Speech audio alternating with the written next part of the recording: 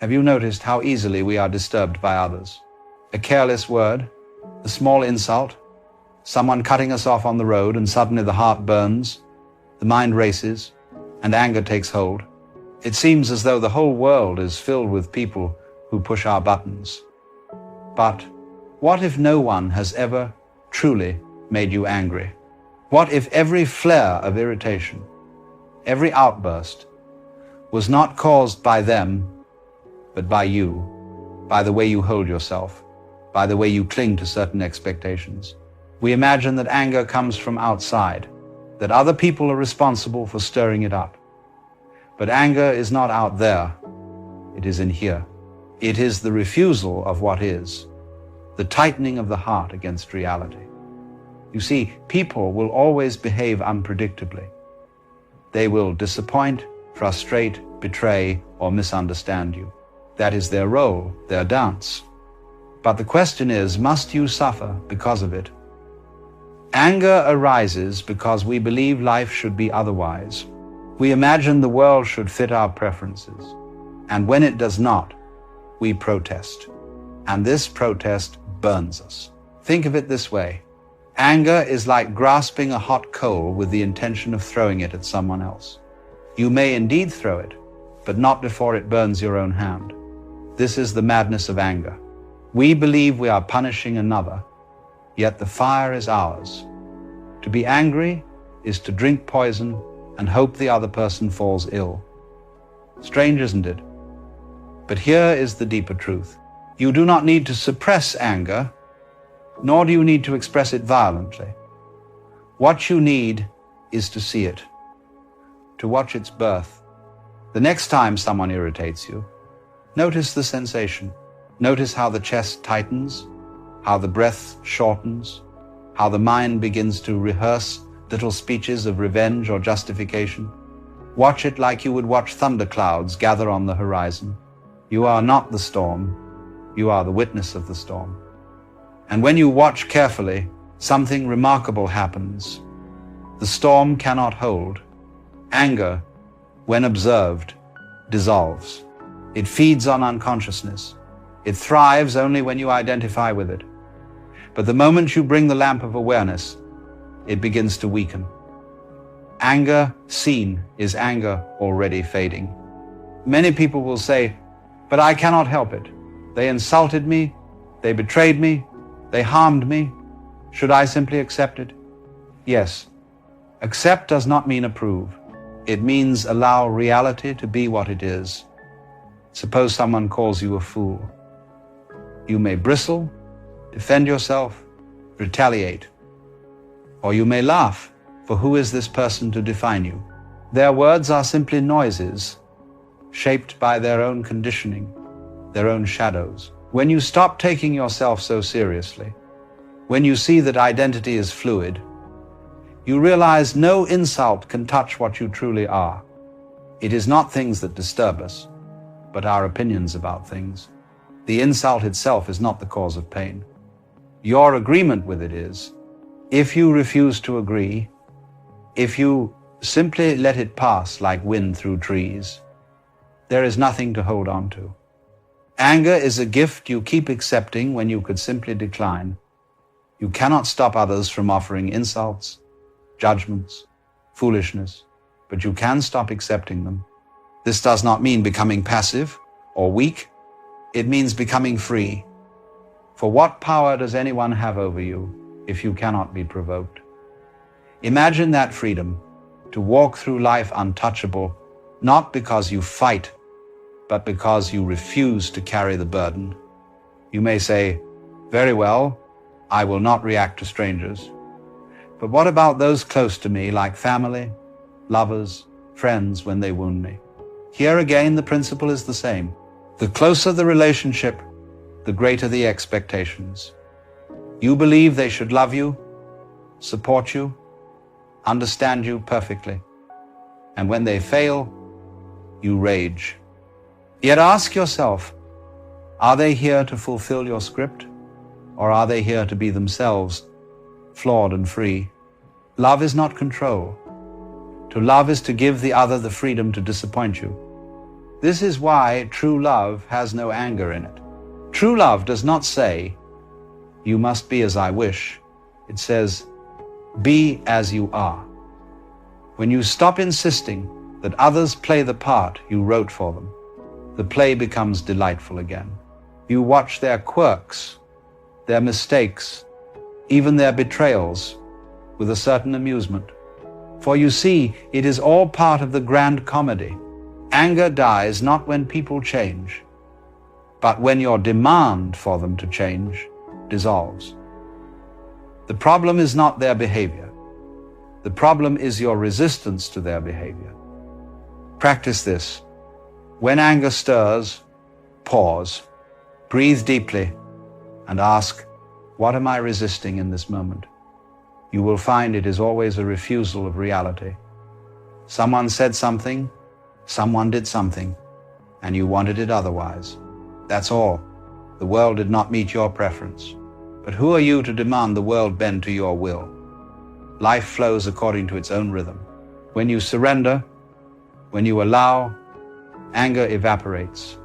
What remains is clarity. Sometimes sadness, sometimes laughter, but never burning rage. For rage is a child of resistance, and resistance is unnecessary. Anger is not only about other people, it is also about yourself. How often are you angry at your own mistakes? You spill the cup, forget the appointment, lose the chance, and suddenly the mind begins to shout, "You fool, you failure." But this is no different from the insults of others. You are simply insulting yourself. And so long as you do, you will remain divided, torn in two, the critic and the criticized. Yet both are you. Why fight yourself? What if you allowed your mistakes to be just as they are? This is where the real transformation begins. When you stop being angry with yourself, the anger toward others fades as well. For the truth is, you only attack outside what you cannot accept inside. If you are at peace with your own flaws, you will not be disturbed by the flaws of others. Imagine, if you can laugh at your own foolishness, you will laugh at theirs too. If you can forgive your own weakness, you will forgive theirs too. In this way, self-acceptance is the foundation of peace. Without it, you will forever project your hidden war onto the world. Still, many will ask, but if I never get angry, won't people walk all over me? Won't I become weak? Not at all.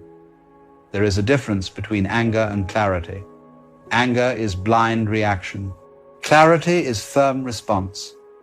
A person free from anger is not passive. They can say no, they can draw boundaries, they can walk away, but they do so without poison in the heart. They act from strength, not from burning. In fact, when you are no longer enslaved by anger, your actions become far more effective. You see clearly without the fog of rage. Consider a leader. One who rules with anger creates fear, but also rebellion. One who rules with clarity creates respect. The same is true for parents, teachers, lovers, friends. When you shout in anger, people may obey for a moment, but they do not trust you.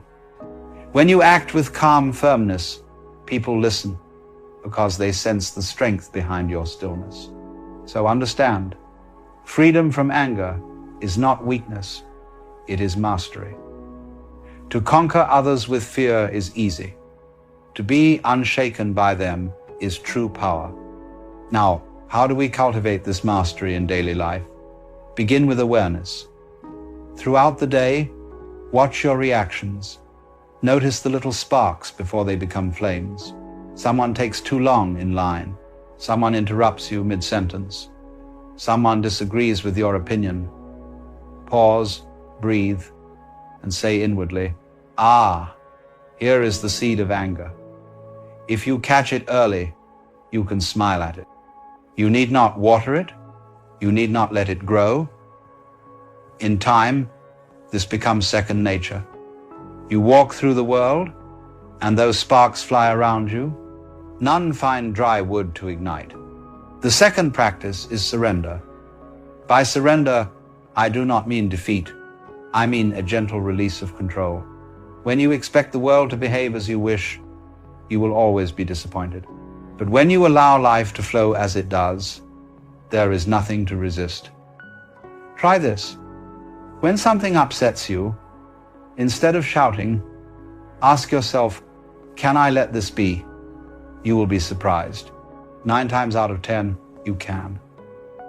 And the 10th time, when action is needed, you act more skillfully because your mind is clear, not clouded by rage. The third practice is humor. Have you noticed how laughter melts anger? When you see the absurdity of your seriousness, anger cannot survive. Life is very funny. People are endlessly strange, and so are you. Instead of fuming, you might chuckle. A person cuts you off in traffic.